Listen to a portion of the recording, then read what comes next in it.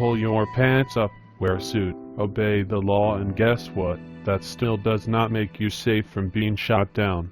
Your crime has simply been black. Remember, Shaw Bell was about to become a newlywed and all cops who shot him down were found not guilty. He was unarmed. Amadou Diallo, Akai Gurley, Mike Brown and others. Why am I bringing this up? Because I'm making a point. The point is that you literally do not have to commit a crime and do everything that the officer tells you to do and still end up murdered. Alton Sterling is a prime example of that. This brother was bent down to the ground and still murdered. Philon de Castile was told to get out his license and registration and was still murdered in front of a 7-year-old baby. He was in his seatbelt as he slumped over, losing his breath. While this is going on, the white supremacists and buck dancing Sambos were trying to blame him for his own death and went into his background. Notice that they do not actively do that with other ethnic groups when they are murdered by someone, especially if the suspect is black. Many brothers and sisters don't believe that we are at war. There is no race war coming. The war is on right now.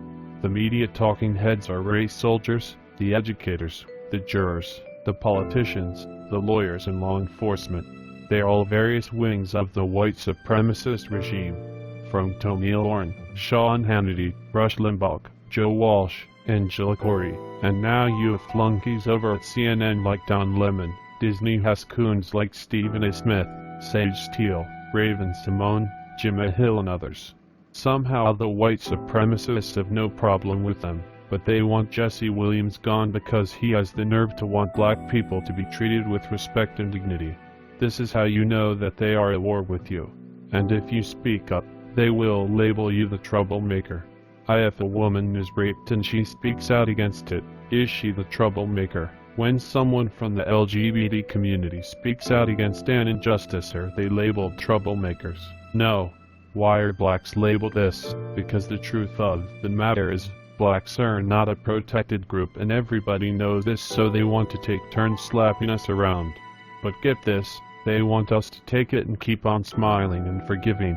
But the moment someone else feels something was done wrong to them, there is no forgiveness. Justice is the only thing on their minds, as it should be. So don't you dare allow anyone to tell you that you don't deserve justice. Anyone who does not feel that you deserve justice is someone who doesn't feel you deserve to live. Period. They are your enemy. We have seen Obama in office for 8 years bend over backwards for other groups, while ignoring the group who voted for him and demanded nothing of him, which might be the explanation of why he does what he does to a degree, along with the fact that he is a turncoat. I will say this, the spirit of Ali, Malcolm, Marcus, Elijah, Clarence 13X and Stokely continues to live on. The black sock puppets who call themselves media personalities are a joke.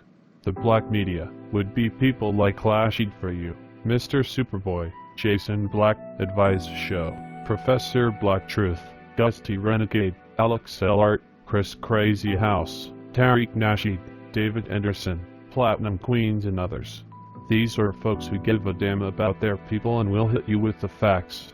Black people, for those who claim to worship Jesus and honor Jesus, follow Jesus and take a stand against injustice. Being quiet only helps with the silent death march that your enemies want you to partake in. Take a stand.